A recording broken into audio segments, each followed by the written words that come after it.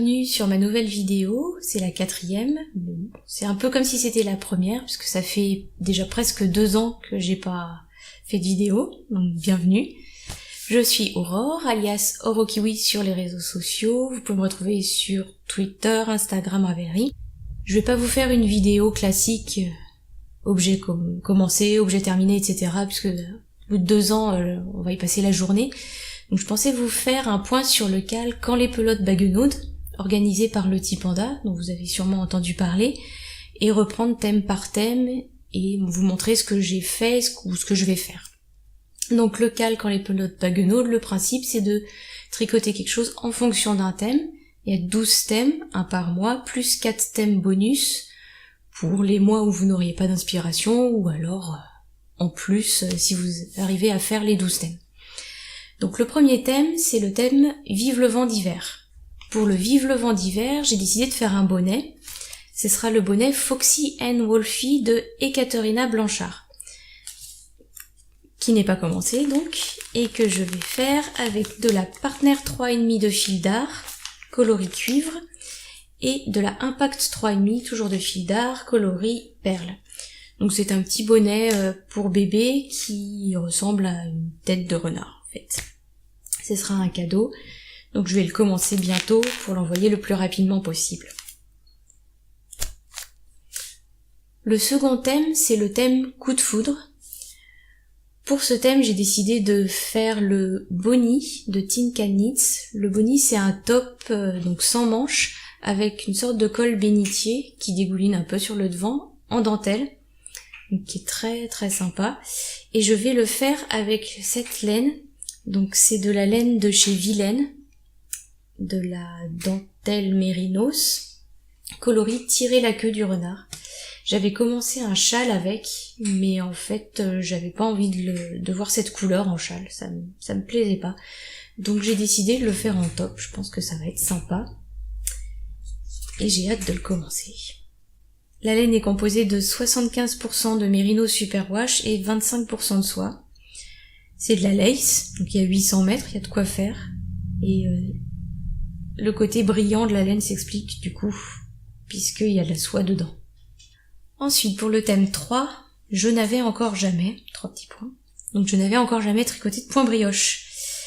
Ce qui est maintenant fait, j'ai tricoté le November Mood de Catherine Schubert. Voilà. Donc c'est une étoile qui se commence par l'extrémité et on tricote petit à petit vers l'intérieur en faisant des diminutions. Voilà les deux côtés. Je l'ai tricoté en cabotine de fil d'art coloris corail et rose. Donc le fil est composé de coton.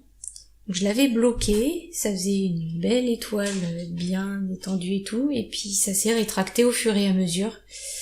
Le coton, le blocage ça prend pas très très bien, mais bon. C'est pas grave, il me sert de dessous de plat, entre guillemets, pour le moment, donc c'est pas très grave s'il est pas hyper bien bloqué. C'est suffisant comme ça. Ensuite, le thème 4, Tic Tac Projet Express. Donc, ce projet, je l'ai fait en quelques jours, juste tricoté le soir, vite fait. C'est le bonnet Martha de Aléfil, avec de la laine que j'avais achetée chez elle quand elle avait sa boutique à Paris, donc c'est ton sur ton. C'est de la laine Filka de la filature du Val-Gaudemar, coloris seigle. Alors c'est une laine qui est quand même vachement rêche, mais j'aime beaucoup cette laine quand même. Je sais pas, je l'adore celle-là. J'ai même fait un col avec alors elle est vraiment rêche, mais je la supporte bien. Elle est vraiment chouette. Et ce bonnet, c'est un petit bonnet tout simple du coup, mais avec des torsades pour agrémenter tout ça. Et il est très très rapide à faire puisqu'il doit se tricoter en 6 ou 7, peut-être quelque chose comme ça. Ensuite, le thème 5. Le thème 5, c'est sur un petit nuage. Donc pour ce thème, j'ai tricoté un châle. C'est le châle Helios de Le Petit Panda, donc organise local. Et j'avais acheté un kit chez Lily Neige pour tricoter ce châle. Donc c'est de la laine de chez Lily Neige, donc hyper douce, donc qui va bien avec le thème sur un petit nuage. Donc le voici.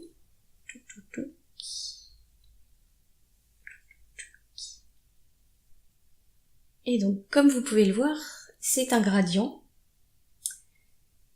Donc j'ai commencé par la couleur la plus foncée, puisque c'est celle que je préfère, et au fur et à mesure, j'ai avancé vers le plus clair.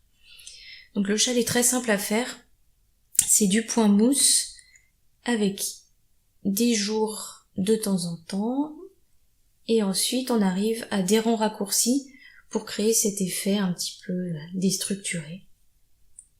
Et il est très chouette, il est très très doux.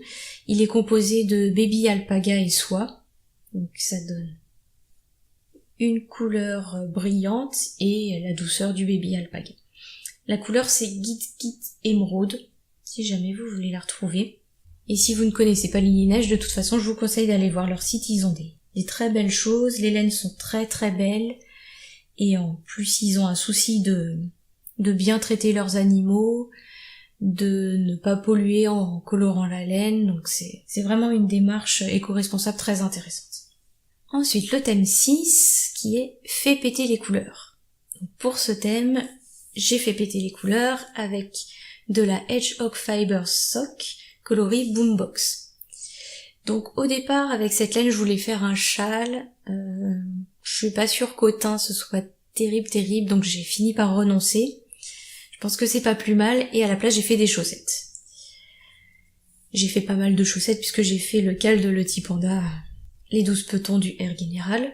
Cette paire, ce sont les Celtic Rainbow Socks de Léa Lacoste. Donc c'est une paire de chaussettes toutes simples. Ça fait un moment que je les ai tricotées, donc j'ai oublié un peu comment était le modèle, mais elles commençaient en haut, il me semble. Il y a une petite torsade sur l'arrière, donc le côté celtique. La torsade est très sympa à faire. En talon, j'ai fait un talon Fish Lips Kiss Heel. Et puis le pied est tout simple en jersey. Rien de particulier à dire dessus. Et voilà.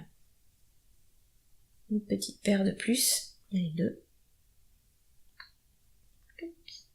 La Hedgehog Fiber Sock pour les chaussettes, c'est vraiment pas mal. Il y a du nylon dedans, donc ça aide à bien tenir.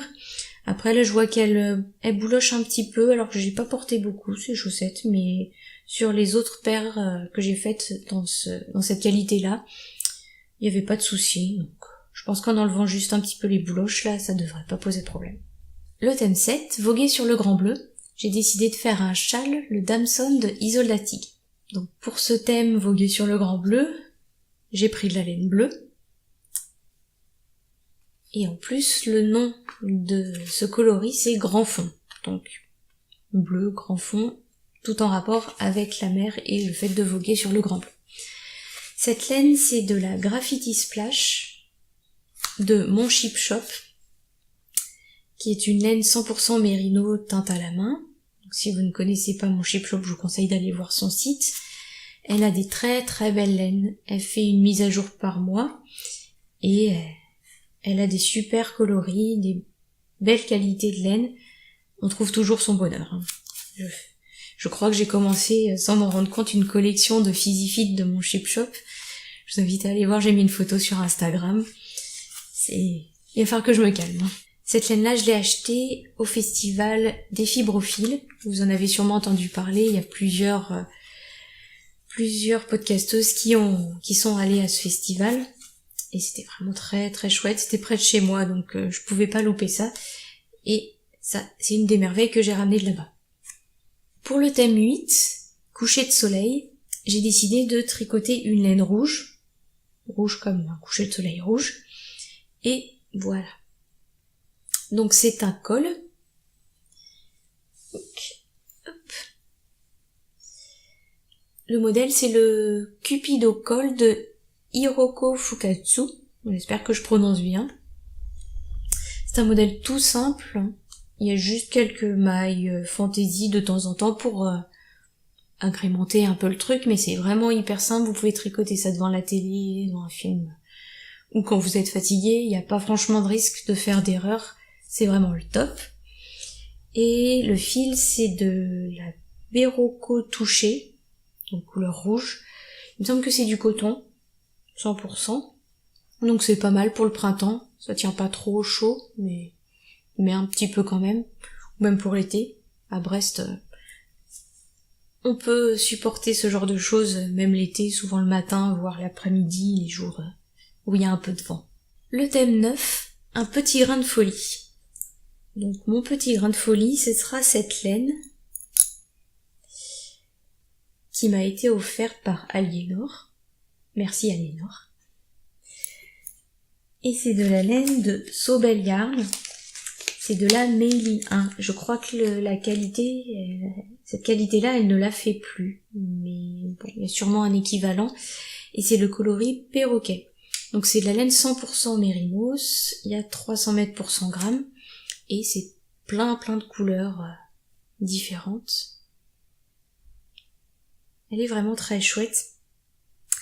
Et avec cette laine, donc je suis en train de faire le châle Ashburn de Mélanie Berg.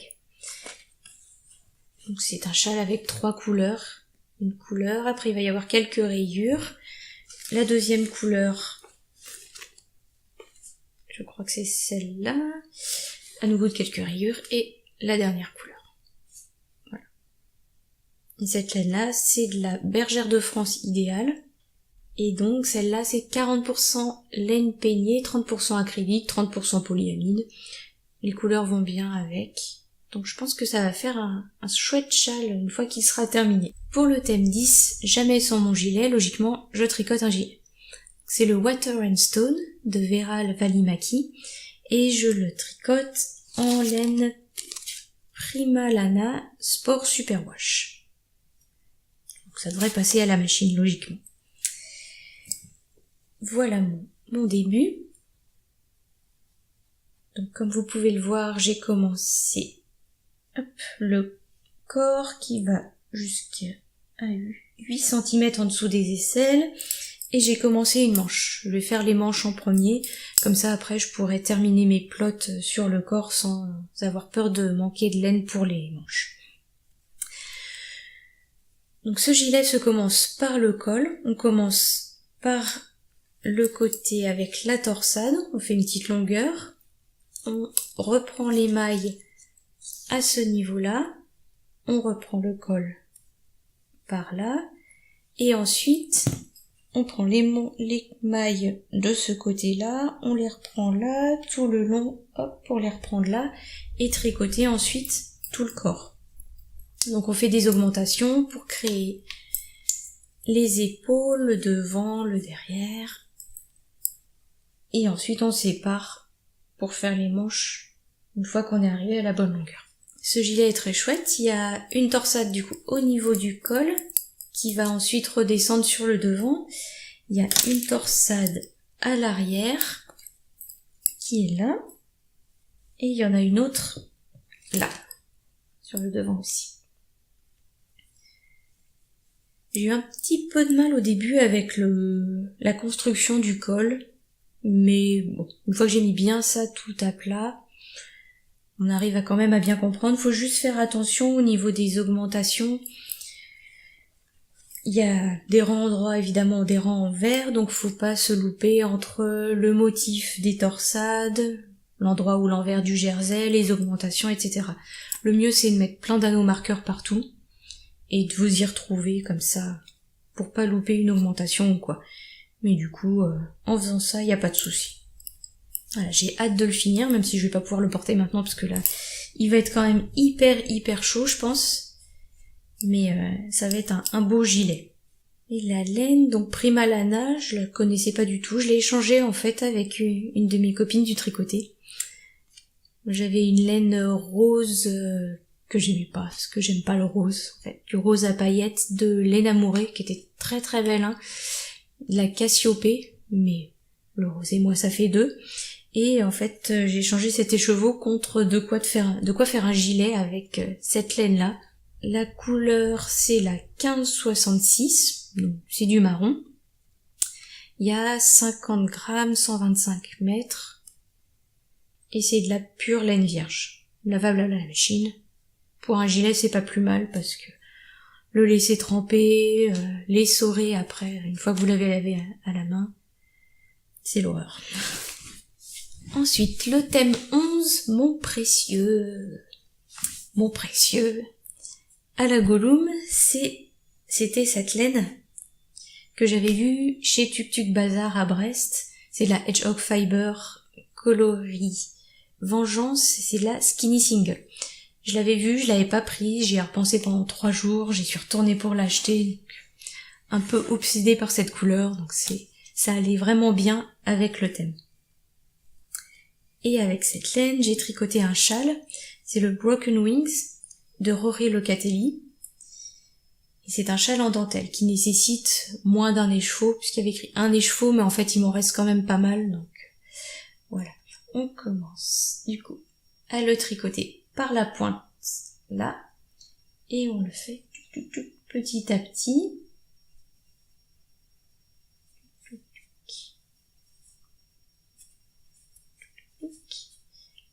Là, on fait la bordure du coup en même temps, donc les picots, on les fait en même temps et pas à la fin, on a envie de s'arracher les cheveux, donc c'est très très bien. Et il y a des côtes à la fin, et voilà.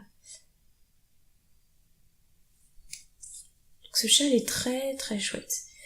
Le motif de dentelle se retire assez facilement, j'ai pas mis d'anneau marqueur, mais ça va, en fait on se rend compte à la fin du rang tout de suite si on a fait une erreur ou pas, donc il n'y a pas besoin de détricoter 15 rangs parce qu'on a fait une erreur avant. Là ça se voit tout de suite et j'ai pas eu de soucis. Le résultat est très chouette. Le seul petit point négatif que je pourrais trouver, c'est sur la laine, c'est de la Skinny Single, donc un fil simple, et j'ai trouvé plusieurs endroits où le fil avait l'air d'avoir cassé et un joint avait été fait, mais un peu à l'arrache, donc ça faisait un gros pâté au niveau de la laine.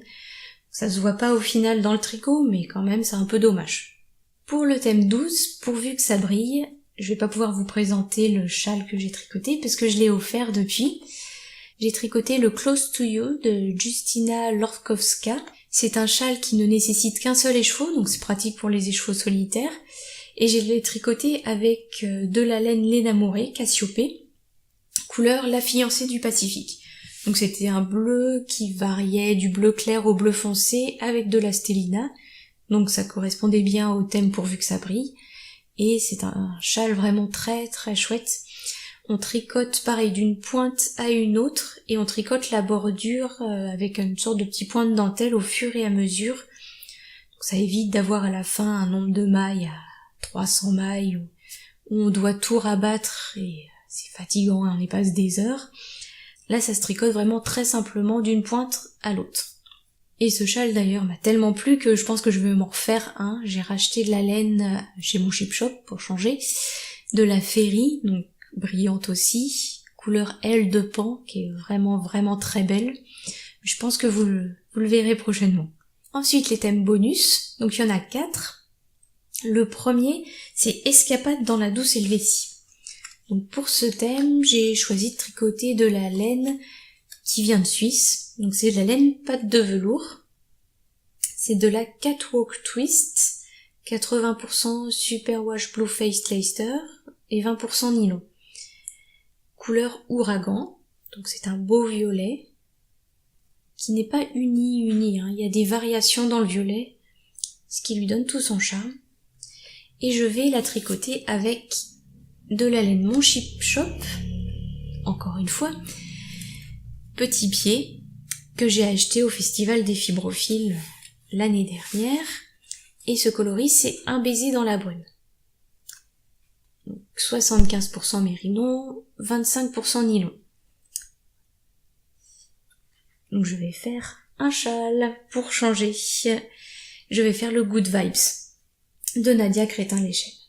Et ce qui est assez marrant dans cette combinaison, c'est que donc cette laine-là, je l'ai achetée au Fibrophile, et cette laine-là, elle a été teinte pendant les Fibrophiles, puisqu'il y a la date sur la petite étiquette à laquelle Pote de Velours a teint la laine, et donc c'est le 10 juillet 2016, et les Fibrophiles, c'était à ce moment-là, donc elles étaient destinées à être ensemble. Pour le thème B, pour une balade dans le froid canadien, il faut des grosses moufles, parce que sinon vous aurez froid aux mains. Donc, j'aime pas le violet, hein, ça se voit. C'est de la Fonty numéro 5. La grosse laine qui se tricote en 5 comme son nom l'indique, 100% laine superwash. Donc ça va me faire des grosses mitaines avec une torsade sur le dessus et j'aurai bien chaud aux mains pour une balade dans le froid canadien. Le thème C, c'est un peu l'inverse, c'est le projet canicule. Donc pour le projet canicule, évidemment, on tricote pas de la laine, on tricote du coton. Et voici, c'est une petite robe avec un flamant rose devant, qui n'est pas terminé mais presque. Il me reste les fils à rentrer et à coudre les petites manches courtes. C'est un modèle fil d'art qui vient de ce catalogue, donc printemps-été 2014, le numéro 105. Je l'avais déjà tricoté pour ma nièce et j'avais vraiment beaucoup aimé ce modèle, donc j'ai décidé de le retricoter pour un petit cadeau de naissance. Les coloris utilisés, donc c'est de la laine coloris éléphant, donc c'est du fil coton 3 de fil d'art. Ensuite on a coloris poudre pour le rose de la couleur principale. Et pour le flamant rose, on a du corail et un petit reste de citron et de noir. Cette fois je l'ai fait en taille 6 mois, la première fois je l'avais fait en taille 1 an, mais ça va très vite, c'est de la layette, donc c'est tout petit, c'est hyper pratique. Il lui reste donc qu'à avoir ses manches, un petit bouton à l'arrière pour fermer là, un bombin, rentrer les fils et ça partira vers le petit bébé pour qui il est. Le dernier thème bonus, c'est le thème D du coq à l'âne. Donc mon explication est assez tirée par les cheveux, mais j'y ai pensé tout de suite, donc je reste sur cette explication-là. Le coq, c'est l'emblème de la France. L'âne, ça me fait penser à la Corse, parce qu'au village en Corse, il y a un âne. Donc du coq à l'âne, ce sera un projet qui sera commencé en France, le coq, et terminé en Corse, l'âne. Et pour ça, je vais faire les zigzagular socks, qui est un modèle de chaussette de Suzy White, et qui est une chaussette avec un petit motif en zigzag sur le pied et sur la jambe. Et je vais tricoter ce modèle avec de la Love Sock de Les Jolies de Midi, que je n'ai jamais tricoté, donc c'est l'occasion de tester, et les couleurs sont vraiment très très belles. Voilà, c'est tout pour le cal Quand les pelotes baguenaudes. On va passer à la suite. La suite, c'est une couverture. Donc je fais le cal de Moira de Les Aiguilles du Nord, qui fait plusieurs cals différents sur le thème des couvertures. Moi j'ai choisi de faire le cal 48 morceaux. Donc le principe c'est de faire 48 morceaux d'une couverture dans l'année. Et j'ai décidé de faire tout ça au crochet, histoire de m'améliorer et d'assouplir un peu mon poignet, parce que j'ai toujours un peu de mal au crochet, surtout à commencer les ouvrages, parce que j'ai peur de devoir défaire, etc. Là au moins je m'entraîne, même si je dois défaire un carré, c'est pas très grave. Et au bout d'un an, je serai une pro du crochet. J'ai donc fait 22 morceaux. Il me reste celui de cette semaine à faire, mais sinon c'est bon, j'en ai fait un par semaine, c'est parfait. J'utilise mes restes de laine, donc plein de laine à chaussettes pour lesquelles il me restait 3 fois rien. Là c'est parfait, je peux faire un tout petit bout d'un carré et passer à une autre couleur. J'ai quand même une couleur principale, c'est de la Hedgehog Fiber coloris Stone. Et la qualité c'est de la sock. Je voulais me faire un gilet avec, et en fait en tricotant l'échantillon je me suis rendu compte que la couleur me plaisait pas du tout pour un gilet. Donc j'ai décidé de faire une couverture avec, histoire de l'utiliser quand même, et puis en la mélangeant à d'autres couleurs, ça passe très bien pour une couverture. Là vous avez un reste de biscotte et compagnie coloris kiwi. Là c'est de la Fabelle de Drops, avec lesquels j'ai fait 2 paires de chaussettes. J'ai fait aussi d'autres carrés avec d'autres laines, comme celui-ci. Donc celui-ci, c'est la laine que j'ai utilisée pour faire le Close to You de Justina Lorkowska, donc la laine amourée Cassiopée coloris La fiancée du Pacifique, qui est très très belle. Et il y a du Stélina dedans, donc ça brille un petit peu. Tous les modèles de carrés viennent de ce livre, c'est le livre 200 carrés au crochet pour couverture, jeté et plaid de Jan Eaton. C'est un livre très bien, il présente tous les carrés avec l'explication en dessous. Il vous donne même une idée des autres carrés que vous pouvez associer à ce carré-là. Et vous avez une explication des points, comment les faire, etc. Donc il y a largement de quoi faire pour faire une grande couverture. Ensuite, rapidement, je vais vous montrer de la broderie. J'avais acheté les fascicules point de croix facile, puis j'avais mis ça un petit peu de côté il y a quelques temps. Et en ce moment, j'avance quand même pas mal. Voilà où j'en suis. Ça roulotte un peu, mais voilà. En fait, j'ai presque fini puisqu'il me reste plus que la bordure à faire. Un coin là, et puis de chaque côté, et ce sera terminé.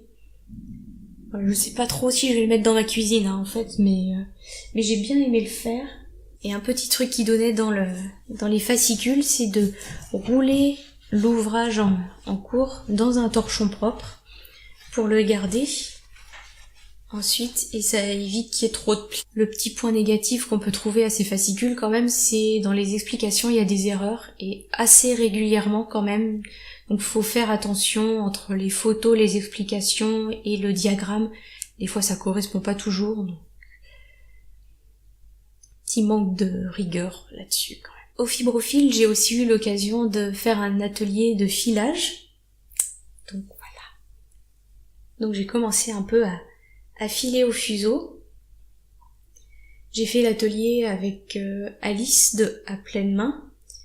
Et donc, voilà. Je suis contente. Je file pas beaucoup, hein. Faudrait que je m'y mette un peu plus régulièrement surtout. En soi, le geste ça va, je le comprends, mais il faudrait que je m'entraîne plus régulièrement pour avoir un film vraiment toujours régulier et pas avoir des gros pâtés au milieu. Là ça fait un peu son charme parce que je débute, mais je me verrais pas faire un pull avec ça évidemment, et puis bon, ça fait presque un an, j'ai pas franchement de quoi faire un pull non plus. Et si vous avez l'occasion en tout cas de faire un atelier avec Alice, n'hésitez pas, elle est super prof, elle explique vachement bien, et ça donne envie de prendre d'autres cours avec elle. Et enfin, pour terminer, je vais vous montrer rapidement quelques teintures que j'ai faites. Je me suis lancée là au début d'année. J'avais acheté le kit de l'Avent de Woolima Création pour teinte sa laine. Donc j'ai commencé avec ses explications et le matériel qu'elle avait envoyé, ce qui était plus simple que de se lancer comme ça, toute seule, dans l'inconnu. La première teinture que j'ai réalisée, c'est du brou de noix, qui donne un marron clair, très joli, très nuancé. Ensuite, j'ai fait du rose avec du bois de santal. Ce qui était intéressant avec cette couleur-là, c'est qu'elle était encore un peu beige quand je l'ai sortie du bain, et au contact de l'air, elle est devenue rose. J'ai fait du jaune avec du bois jaune, avec de la garance, un rouge un peu orangé, ou un orangé un peu rouge. Là, on peut voir que j'avais noué trop fortement mes liens, donc il y a quelques endroits où c'est moins teint, mais bon, là ça passe encore, hein, ça fait son charme. Par contre, on le voit beaucoup plus avec celui-là, donc c'est de la teinture au bois de Campèche, et là on voit bien qu'il y a des petites nuances vraiment blanches, que là c'était vraiment trop serré. Mais bon, une fois dans le tricot, ça fera une petite nuance sympa. Et enfin, ça, c'est avec des fleurs de coquelicot, donc kaki. Le bain était rouge, pourquoi pas. J'ai acheté les fleurs de coquelicot chez Alice Création, par contre là c'était pas dans le kit de Woolima. J'aime bien cette couleur aussi, c'est pas ce à quoi je m'attendais évidemment en voyant le bain rouge, mais je l'aime bien. Donc si vous avez des idées de ce que je pourrais faire avec ces teintures là, n'hésitez pas à me dire. Avec des végétaux toujours, j'ai fait de la teinture solaire. J'avais acheté un kit chez Cornhill Crafts, sur Etsy, et voilà, c'est du bois de Campèche, donc vous pouvez voir la différence avec celui-là. Le principe de la teinture solaire, c'est qu'on met tout dans un bocal, le mordançage, la teinture, la laine, de l'eau, et on le laisse au soleil pendant un certain temps. Donc comme je l'ai fait en février-mars, je l'ai laissé 2 mois et demi, histoire qu'il ait le temps quand même de bien prendre, parce qu'il n'y a pas beaucoup de soleil à cette période-là. Et ça m'a fait un violet très, très foncé. Alors le seul problème, c'est qu'elle continue à déteindre. Je l'ai rincé. J'ai mis du vinaigre blanc. A priori, ça joue pas trop sur les teintures solaires, mais sur les teintures végétales, mais bon, ça, Je le savais pas à ce moment-là, j'ai essayé de la cuire aussi après pour essayer de fixer un peu, mais elle reste un peu encore sur les mains. Donc si vous avez une idée de ce que je peux faire pour qu'elle arrête de déteindre sur les mains, parce que là du coup je sais pas trop quoi en faire. Je peux pas en faire un châle parce qu'elle risque de déteindre sur les vêtements. Elle va déteindre sur mes mains pendant que je vais la tricoter, ça va pas être agréable. Donc dites-moi, si vous avez une idée, je suis preneuse. Mais en tout cas, cette teinture a été une surprise aussi parce que je m'attendais à avoir quelque chose de pastel. J'avais entendu dire que pour les teintures solaires, on se retrouvait avec des couleurs beaucoup plus pâles que quand on faisait une teinture classique, entre guillemets. Et en fait, non, pas du tout. On voit la différence. C'est vraiment la teinture solaire qui est la plus soutenue. Et un dernier test de teinture. J'ai acheté un kit chez My Mama Knits, toujours sur Etsy, avec de la Kool-Aid. La Kool-Aid, c'est une poudre qu'on met dans de l'eau et qu'on est censé boire après, mais honnêtement, après avoir teinté de la laine avec, j'ai pas trop envie de le boire. Et ça donne des couleurs vraiment pétantes. Donc elle donne tout, en fait, la laine, les sachets de Kool-Aid, et aussi les instructions sur comment faire et plusieurs types de teintures différentes qu'on peut faire avec. Donc le premier que j'ai fait, c'est celui-là, avec la couleur Grape. Donc ça donne un violet différent de ce que j'ai pu faire avec du bois de campèche. Et ça sent les fruits. Ensuite, j'ai fait avec la couleur Lemonade celui-là. Et alors là, on le verra sûrement pas bien à la caméra, mais j'ai fait avec la technique tie-dye. Du coup, il y a des nuances blanches et crues et jaunes. Ça va rendre super bien, je pense, sur le tricot. Et la dernière, c'est avec une technique tie-dye également, mais à 2 couleurs et en gardant des endroits blancs. Les couleurs utilisées sont le orange et le black cherry. Et ça donne une nuance entre le orange, le blanc, le rose rouge. Voilà, je sais pas non plus ce que je vais faire avec. Si vous avez des idées, je suis preneuse. Et voilà, ça donne différentes nuances. Et pareil, pour ce jaune-là, il est vraiment très différent de celui au bois jaune. Il me reste encore quelques essais à faire avec le Kool-Aid. Il me reste 4 sachets, je crois. Et j'ai aussi acheté les teintures Greener Shades, qu'utilise par exemple mon Chip Shop pour faire ses colorations. Donc là c'est un peu plus compliqué entre guillemets puisque on peut faire des mélanges de couleurs pour obtenir d'autres couleurs évidemment, on peut faire des speckles, etc. Donc je me pencherai là-dessus après les vacances d'été à la rentrée. Voilà, c'est tout pour cette fois, j'espère que vous aurez aimé la vidéo, que ce sera pas trop brouillon, comme je reprends, c'est pas évident.